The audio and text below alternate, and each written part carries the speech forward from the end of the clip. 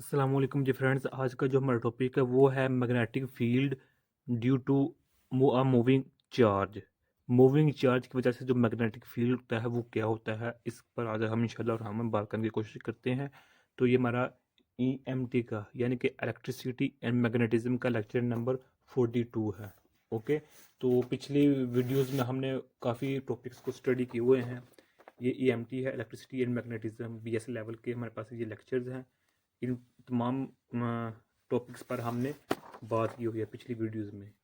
Okay, तो अगर आपने अपने टीचर या किसी यूट्यूबर से अभी तक ये टॉपिक्स नहीं समझे तो मैं एडवाइस करता हूँ कि आप ये समझ सकते हैं। ओके, लेक्चर नंबर 15 है, फिर 16 है मेरे पास। ओके, इन तमाम टॉपिक्स पर हमने पिछली वीडियोस में बात की हुई है।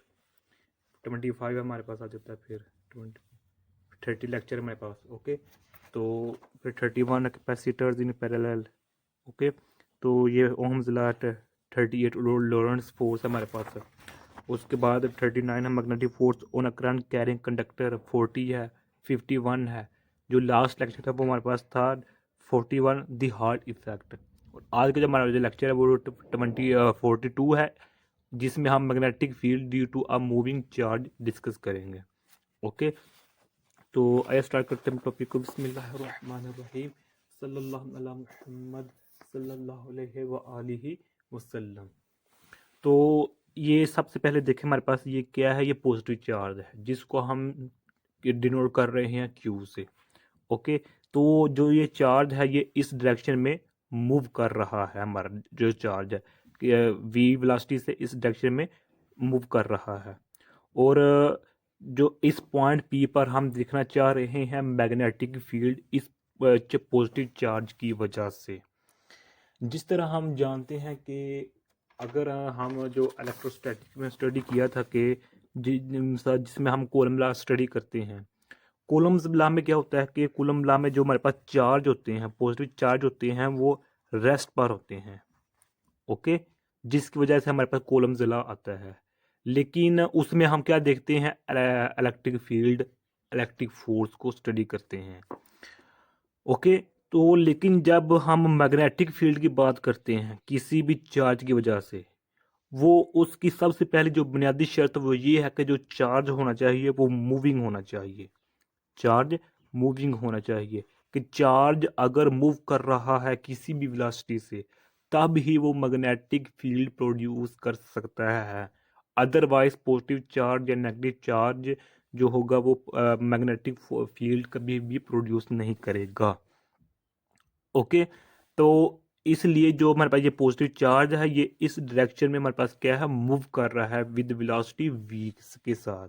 और हम इस पॉइंट p पर इस मूविंग चार्ज की वजह से, रेस्ट वाले चार्ज नहीं, ये चार्ज मूव कर रहा है इस डायरेक्शन में। इस मूविंग पॉजिटिव चार्ज की वजह से इस पॉइंट p पर हम मैग्नेटिक फील्ड मालूम करना चाह रहे हैं। ओके, तो देखें कि सबसे पहले हमारे पास जो 1820 में 1820 में हमारे पास इस पर काम किया था कि मैग्नेटिक फील्ड को स्टडी किया था due to a moving charge. Okay, और उनका नाम था एच एन हंस क्रिश्चियन।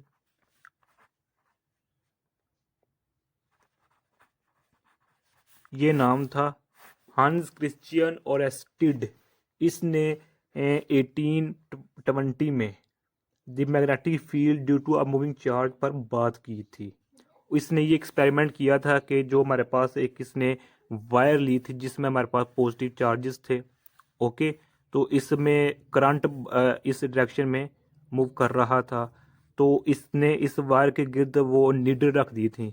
ओके, नीडल रख दी। जब इसने इसके नीडल रख दी, इसमें से करंट गुजर रहा था। तो इसने ये एक्सपेरिमेंट देखा, इसने ये ऑब्जर्व किया कि जो ये नीडल हैं ये इस वायर की वजह से, ये जो नीडल हैं ये भी अपने एक्सिस के गिर्द यानी मूव करना शुरू कर गई हैं, यानी कि इस वायर के गिर्द मूव करना स्टार्ट हो गई हैं ये जो नीडल्स हैं। तो इसने ये ऑब्जर्व किया था कि जब भी पॉजिटिव चार्ज मूविंग हालत में होता है, मूविंग हालत केस में होता है, जब कोई पॉजिटिव, क्योंकि जो करंट होता है वो पॉजिटिव चार्ज की वजह से ही मूव करता होता है ना। पॉजिटिव चार्जेस की वजह से। तो जिसने ये कहा था कि जब भी कोई चार्ज मूव कर रहा था तो उसकी वजह से मैग्नेटिक फील्ड क्रिएट हो जाती है। क्यों? क्योंकि इसने ये देखा था कि जब वायर में करंट गुजरता है, पॉजिटिव चार्ज का बहाव होता है, तो इसके गिर्द मैग्नेटिक फील्ड क्रिएट हो जाता है और वो मैग्नेटिक फील्ड इन नीडल्स को अपनी डायरेक्शन में मूव कराना शुरू करा देता है। Okay,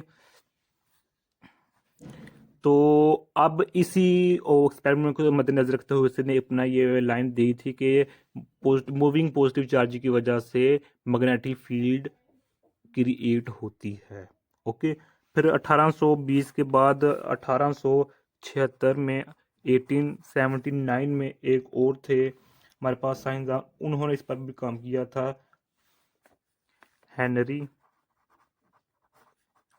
Rowland. इन्होंने भी इस पर काम किया था। ओके, तो इन्होंने क्या काम किया था, इन्होंने एक ये हमारे पास एक ये डिस्क ली थी, हमारे पास ये क्या था, डिस्क थी हमारे पास। ओके, जिसमें हमारे पास पॉजिटिव चार्जेस थे। तो जब इसने इस पॉजिटिव डिस्क को रोटेट कराया अपने एक्सिस के गिर्द, तो इसके गिर्द जो मौजूद थी नीडल्स वो डिफ्लेक्ट होना शुरू हो गई, यानी कि इस डिस्क की वजह से जो ये नीडल्स थी उनकी पोजीशन चेंज हो गई थी। तो इसने भी यही रिजल्ट निकाला था कि पॉजिटिव चार्जेस की वजह से मैग्नेटिक फील्ड क्रिएट होता है। जब वो पॉजिटिव चार्जेस मोशन हालत में होते हैं उसकी वजह से मैग्नेटिक फील्ड क्रिएट होता है, और वो मैग्नेटिक फील्ड इसने यहाँ ऑब्जर्व किया था। ओके, तो इसने एक ये भी बात ऑब्जर्व की थी कि इस पॉजिटिव चार्ज जो डिस्क था, पॉजिटिव चार्ज की वजह से डिस्क है, इस डिस्क में पॉजिटिव चार्जेस हैं, जब ये मोशन में होते हैं यानी कि जब डिस्क अपने एक्सिस रोटेट करता है तो इसकी वजह से जो मैग्नेटिक फील्ड की वैल्यू होती है वो बहुत ही बिलो होती है, बहुत ही कम होती है, यानी कि 0.00001। ये अर्थ के मुकाबले में इतनी मैग्नेटिक फील्ड होती है इस डिस्क की। ओके, तो इसने ये भी ऑब्जर्व किया था। तो अब जो हमारा मेन टॉपिक है वो ये है कि ये देखें हमारे पास पॉजिटिव इस डायरेक्शन मूव कर रहा है और इस पॉइंट पे पर हम मैग्नेटिक फील्ड फाइंड करना चाह रहे हैं, और जो इस पर डिस्टेंस है यानी कि जो जो यूनिट वेक्टर है वो इस डायरेक्शन में है, इस डायरेक्शन में है। ओके, अब देखें कि जो हमारे पास मैग्नेटिक फील्ड है वो इस डायरेक्टली प्रोपोर्शनल है क्यू के, वी के और एंगल के, और इनवर्सली प्रोपोर्शनल है आर के। अब इसका क्या मतलब है कि जब हमारे पास चार्ज की मैग्नीट्यूड कम होगी या ज़्यादा होगी उसका इफेक्ट मैग्नेटिक फील्ड पर पड़ेगा। ओके, सेकंड बात क्या है, वेलोसिटी, जितनी कम वेलोसिटी होगी या ज़्यादा वेलोसिटी होगी उसी के हिसाब से मैग्नेटिक फील्ड हमारे पास क्रिएट होगा। थर्ड बात के एंगल के पॉइंट पी हम यहाँ फाइंड, इस पॉइंट पे हमने ये लेट किया हुआ है या यहाँ लेट किया हुआ है या यहाँ लेट किया हुआ है, उस हवाले से हमारे पास एंगल बनेगा। तो एंगल तो पॉइंट पी है यहाँ है यहाँ यहाँ उसके बाद पहले हिसाब से हमारे पास एंगल बनेगा, तो वो एंगल भी डिपेंड करता है मैग्नेटिक फील्ड की क्रिएशन पर। और उसके बाद डिस्टेंस है, ये इन्वर्सली प्रोपोर्शनल है, ये जो लेंथ है वो कम है या ज़्यादा है। अगर कम है तो मैग्नेटिक फील्ड की स्ट्रेंथ ज़्यादा होगी, अगर ज़्यादा है तो मैग्नेटिक फील्ड की जो स्ट्रेंथ है वो कम होगी। ओके, ये इन्वर्सली प्रोपोर्शनल है Q V sine theta over R square के। डन हो गया।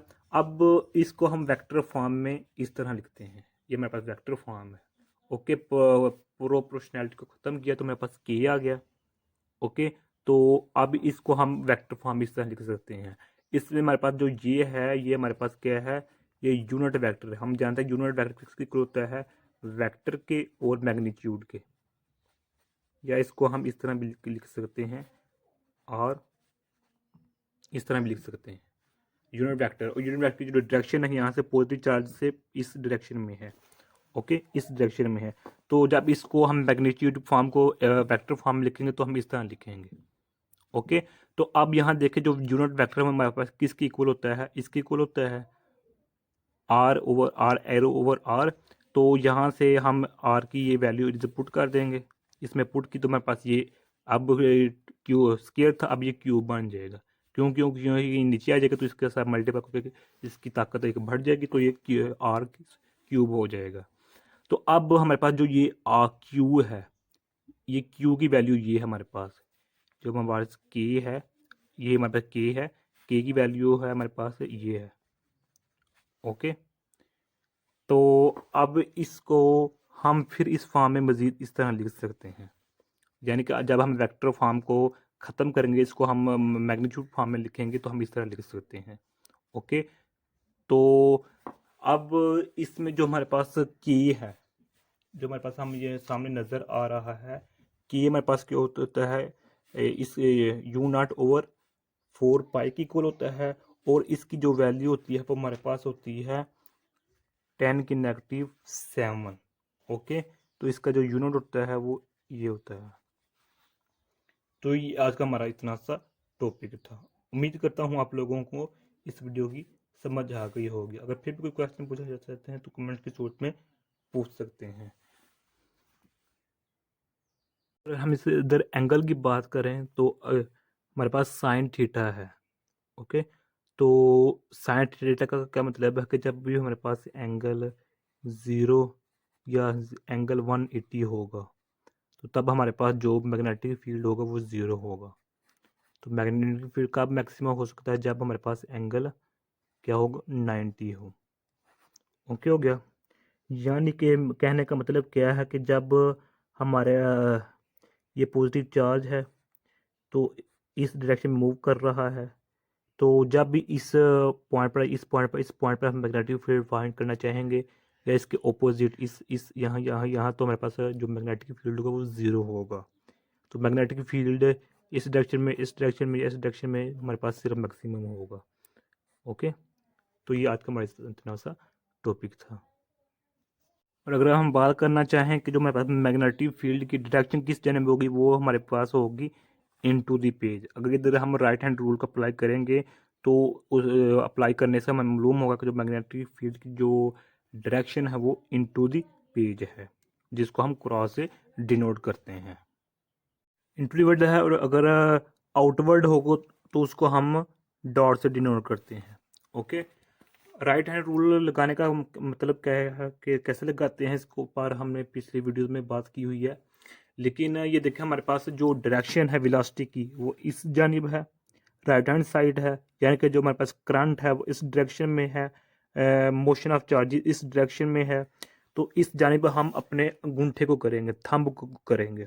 ओके, जब हम इस ऐसे करेंगे तो जो हमारे पास फिंगर्स होंगी वो इनटू द पेज होंगी। ओके, तो इनटू द पेज ऐसे होंगे, हमारे पास फिंगर ऐसे होंगे। ओके, इनटू द पेज फिर ऐसे कर्ल होके ऐसे होंगी। ओके, और अगर मेरे पास पॉइंट पी ये इधर होता तो इधर मेरे पास जो मैग्नेटिक फील्ड लाइंस होनी थी, ये पॉइंट पी ये है, तो मैग्नेटिक फील्ड लाइंस इधर हमारे पास आउटवर्ड डायरेक्शन में होनी थी। क्यों, ये ऐसे है तो ऐसे होकर फिर ऐसे यहाँ से अपवर्ड हो रही है, तो इधर हमारे पास जो आउटवर्ड डायरेक्शन होनी थी मैग्नेटिक फील्ड लाइंस, लेकिन यहाँ क्या है, इनवर्ड यानी कि इनटू दिस पेज है हमारे पास। डन हो गया।